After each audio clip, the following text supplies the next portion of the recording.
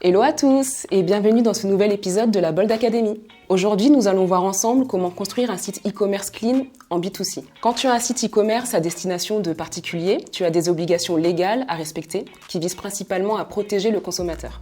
Idéalement, tu dois avoir ces idées en tête dès la création de ton site. Et pas de panique, si ton site est déjà lancé, nous allons te donner les clés qui vont te permettre de te mettre en conformité. C'est pas compliqué, on parle de quelques mentions sur ton site à ajuster. Il faut simplement y penser et s'assurer que tu coches bien toutes les cases. Dans cette vidéo, je vais détailler tous les points auxquels tu dois penser pour que le parcours utilisateur de ton site e-commerce soit clean.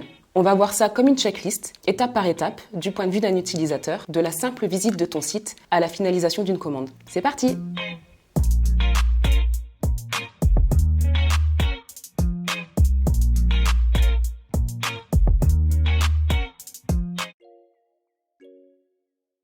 Un internaute qui va visiter un site internet doit pouvoir obtenir des informations pertinentes sur les produits ou services qu'il s'apprête à acheter, être en mesure de t'identifier, mais avant tout, recevoir une information sur la manière dont ses données personnelles sont traitées. Avant toute chose, le site doit être conforme au RGPD et contenir une information sur l'utilisation des cookies. Avant d'installer ces traceurs permettant d'analyser le comportement des utilisateurs du site, tu dois informer l'utilisateur sur la finalité des cookies, obtenir son consentement avant de les installer et lui fournir un moyen de les refuser. Ce process se fait à travers un lien à cliquer, une case à cocher ou un bouton à activer. C'est le fameux bandeau cookies qui apparaît en bas de page. Il faut aussi que ton site contienne une information sur la façon dont tu traites les données personnelles. On appelle ça une politique de confidentialité. Pour plus de précision, tu peux aller jeter un œil à la vidéo de Solène qui va t'expliquer tout ce que tu dois savoir sur la politique de confidentialité. Ok, on peut entrer dans le vif du sujet. Voici les informations que tu dois mettre à la disposition des visiteurs de ton site. Le site doit comporter un certain nombre d'informations en permanence qui te concernent toi, vendeur. Tu en entends souvent parler, ce sont les mentions légales. Ce sont des informations qui permettent aux utilisateurs de t'identifier. Tu dois donc leur indiquer notamment ta dénomination sociale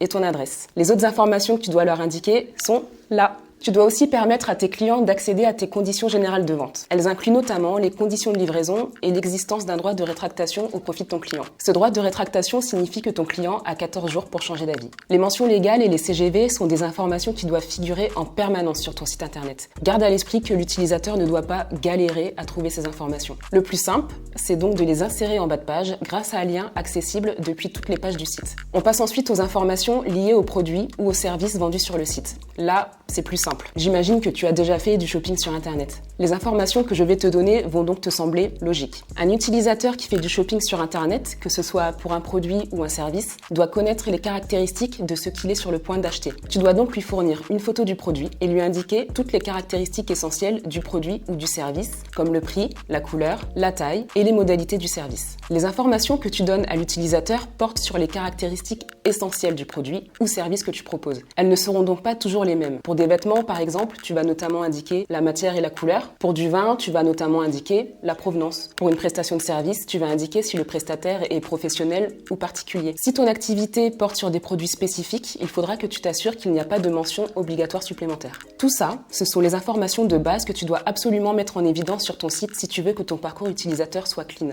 Si c'est bien fait, ton utilisateur a toutes les informations dont il a besoin et se lance dans la commande. On va voir tout de suite comment ça se passe.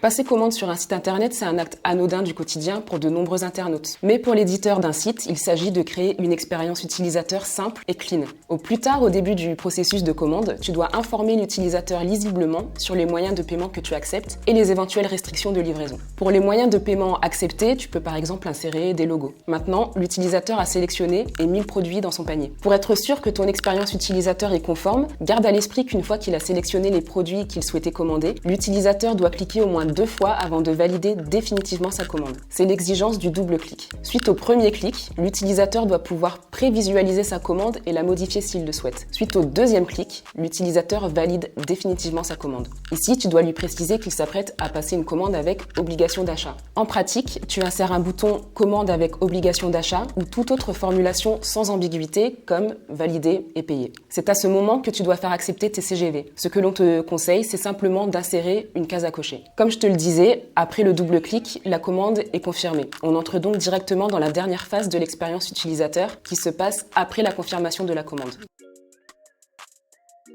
Une fois la commande passée, tu envoies sans attendre par email un accusé de réception à ton client lui indiquant que la commande est passée, puis une confirmation de la commande lui indiquant que la commande est bien validée. Il y a donc 2 emails à envoyer. Tu dois également lui faire parvenir un exemplaire de tes CGV en format PDF. J'insiste bien sur ce format. Le client doit pouvoir les consulter à tout moment dans la version qu'il a acceptée lors de sa commande et pas dans une version que tu aurais pu modifier. On parle de CGV sur support durable. Du coup, lui faire parvenir un lien vers tes CGV n'est pas suffisant. Comme tu sais, tes clients disposent d'un droit de rétractation. Il faut donc que tu leur envoies un formulaire de rétractation qui leur permettra d'en faire la demande. N'oublie pas que cette information relative au droit de rétractation doit être délivrée à tes clients avant même qu'ils ne passent commande sur ton site. À défaut, le délai passera de 14 jours à 12 mois. Ok, tu as entre les mains toutes les infos pertinentes afin de créer un site e-commerce clean. J'en arrive donc à la dernière partie de cette vidéo dans laquelle je vais rapidement t'expliquer ce qui se passe en cas de non-respect de tes obligations.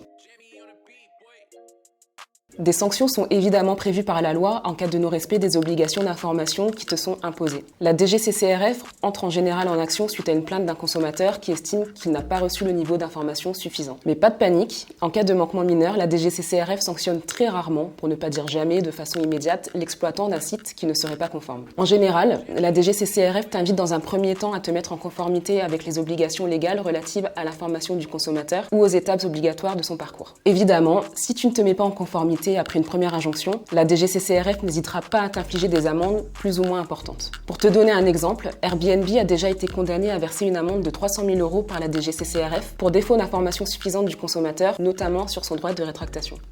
Tu as maintenant toutes les clés en main pour pouvoir créer un site e-commerce clean.